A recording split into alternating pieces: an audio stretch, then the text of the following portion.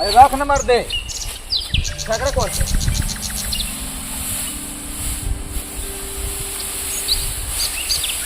एकदम कदरा लगे रहा मर बना कहीं के पता नहीं कैसे दोनों की जिंदगी पार है रखा ले दूंगा का बोल में ना कुछ रे चुप फिर बोला था कौन कुर्सी कौन दी बात चल बात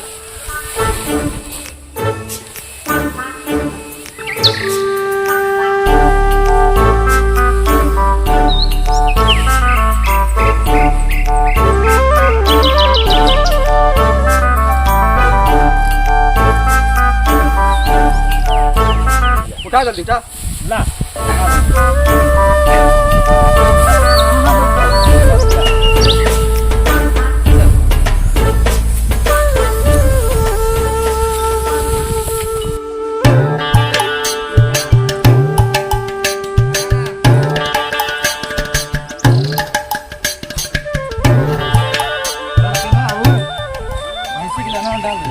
अच्छा ठीक है आई देखा मोबाइल आइल हो ये मतलब बड़ा अच्छा मोबाइल है वो मोबाइल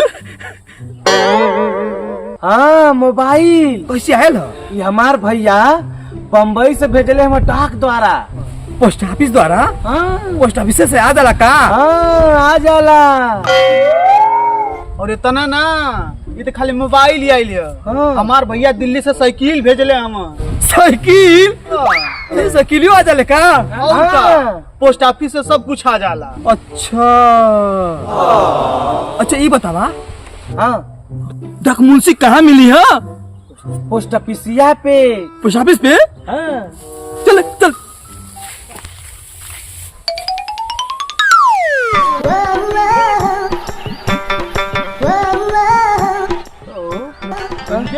पता ना देखो दे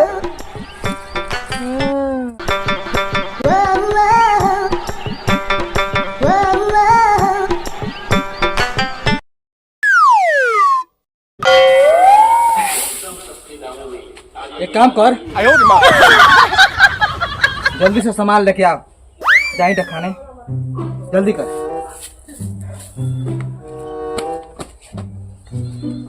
चला थी बाबू के भेजा भी ला का करते या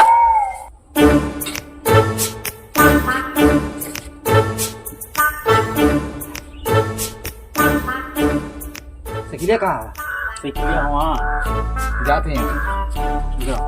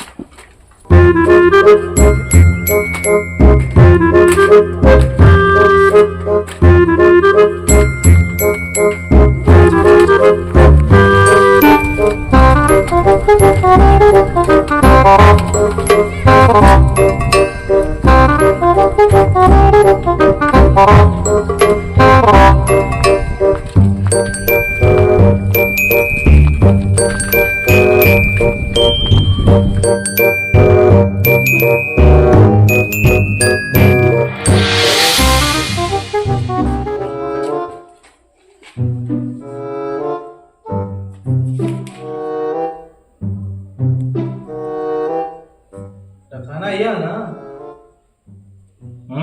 आओ नमस्ते साहब नमस्ते हाँ नमस्ते बैठा क्या बात है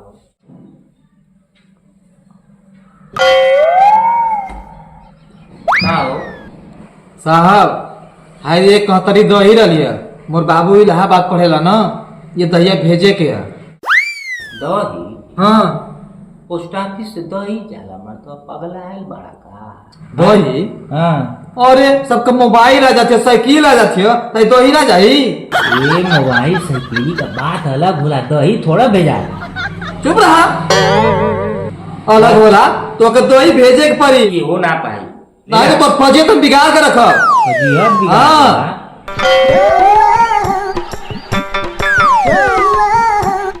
सजाओ अरे सजावट है, साड़ी उतरले ना है, साड़ी सहित तैया है, साड़ी और कुल है पर। सारी रिकूली हाँ सोचा मत है तनी तो के भेजे के पड़ी, अगर ना भेजबा ना तो तू और बूझ रहा तो फजियत बिगाड़ देबो हम। हाँ भेजे के पड़ी तो के। गरमा मत इतना बतिया करता है मर्दा कहीं का। अच्छा अच्छा रुका मत रख लेते ही। हाँ काहे गरमा था का नाम बात है हाजिया कौन गाँव गांव का नाम झुनझुनपुर। लियो 50 रुपया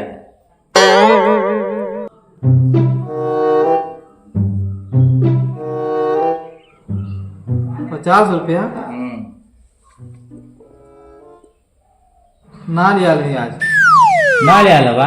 हाँ चलो ठीक चल तो फिर कहिया आई चेक करे। आके जांच लिया एक आध हफ्ता में। ठीक है साहब। जा कब मनई कुला जात में बतावा दही कहीं पोस्ट ऑफिस से जाला तो देखी कैसन बात सजावट बतावत रहला।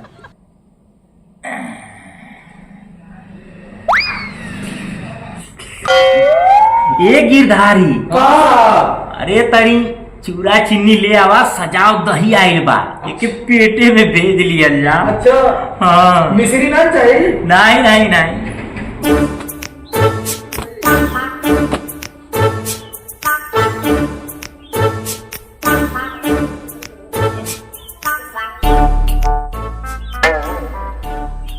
पता ना बाबू के दहिया पहुंचल कि ना पहुंचल, खाना पूछब तकमुंची से। ए बाबू तनी घरवा देखल करिए, हम जाते खाना पर।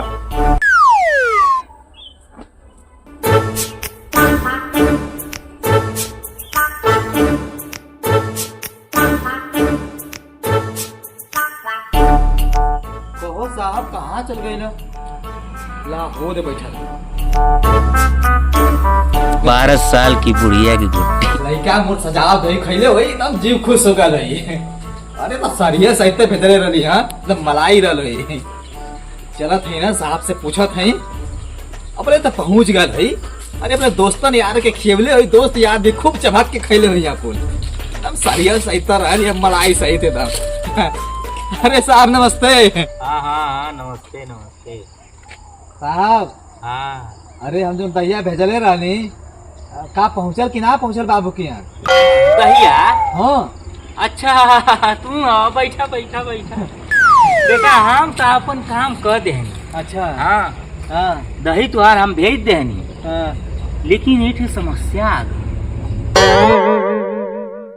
समस्या? हाँ दहिया हमार पहुंचल कि ना? देखा हम तुहार दही तो भेजे के भेज देनी। अच्छा हाँ लेकिन वो हरिया से ठौरा मूसर भेज दे। मूसर? हाँ यहाँ से तुहार कहतरी वाली दही एकदम सजाव दही एकदम छम छम एकदम करत जात है। हाँ।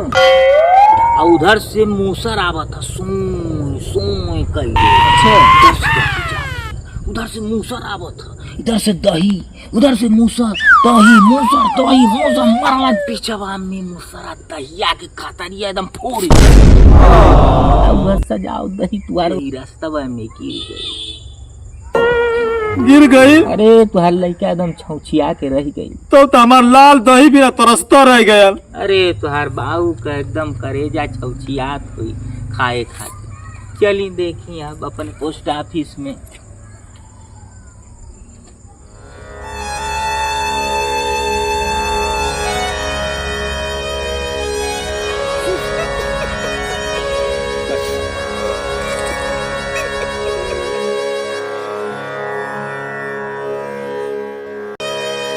बिचवा में दही बेकार हो गई, हमार लाल तो दही बिना तरसते रह गए। लेकिन घबरा मत, हम दही का पता लगा के रह कि कहाँ ले पहुंचल रहा, इहो पता लगा कौने का मूसर रहा। हाँ